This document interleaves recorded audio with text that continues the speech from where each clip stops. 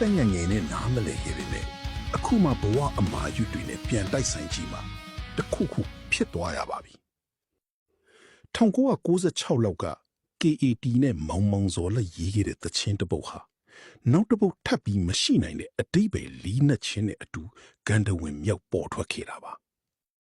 အဲ့တော့ကတော့ကိုယ့်အကိုတွေဝင်နားထောင်ခဲ့တဲ့ The Ants ရောင်စုံချောကလက်ကက်ဆက်ခွေကိုလိုက်နားထောင်မိပြီးတချင်းကို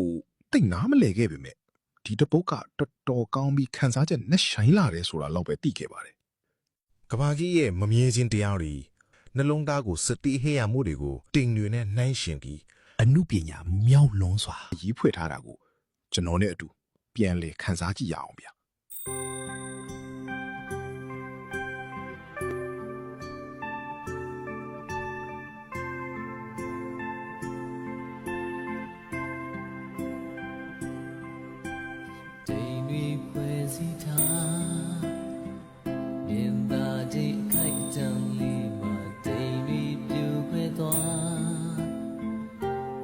တိန်နေစုစည်းပြီးအလားဆုံးဖြစ်တည်မှုကြည့်နေရင်အခိုက်အတန့်လေးအတွင်းမှာလေတိုက်လို့ဖြစ်စီသဘာဝအတိုင်းအဲ့ဒီတိန်နေဟာပုံပြက်ပြီးပြိုကွဲပြောက်သွားပါတယ်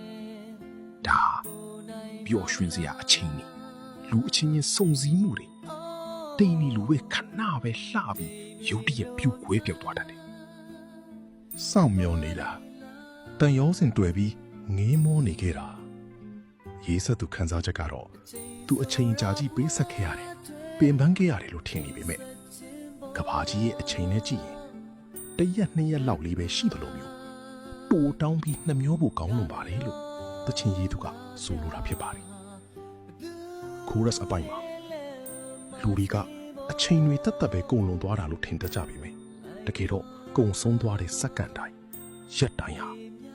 ပျော်စရာဝမ်းနည်းစရာဘဝစာမျက်နှာတွေကိုအတွေ့အကြုံတစ်ခုပြီးတစ်ခုဖြည့်ဆွတ်သွားတာဖြစ်ပါတယ်ကိုယ့်ရဲ့အချစ်စစ်မှန်တဲ့တန်ရောစဉ်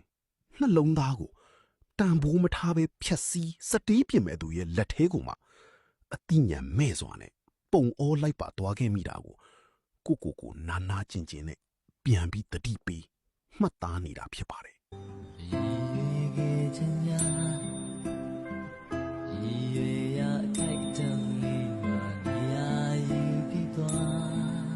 ဘဝမှာကိုယ်တိုင်မမျှော်လင့်ထားတဲ့မရည်ရွယ်ခဲ့တဲ့အမှားတွေဒါမှမဟုတ်ကံကြမ္မာရဲ့အလှည့်အပြောင်းတွေဟာ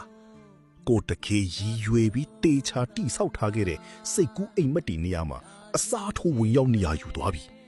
ပုံပြက်ပန်းပြက်ဖြစ်သွားပြီဆိုတာကိုစိတ်ပြက်လက်ပြက်အတိမပြုတ်လိုက်ရတာပါတစ်ဖက်လူကိုရန်လေးမတွေ့ချင်တော့ဘူးဘာမှလည်းထပ်ပြီးမရှင်းပြချင်တော့ဘူးအရာအားလုံးကိုရင်ပတ်ထဲမှာပဲနဲ့ဆိုင်မြုပ်နှံထားလိုက်တော့မယ်ငြိမ်နေတော့မယ်ဆိုတဲ့အဆုံးစုံတော့အရှုံးပေးခြင်းပါ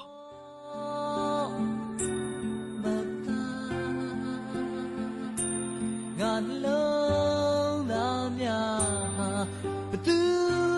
ရဲ့လဲမစတီဘောငါလိုက်တော့မြင်မိလား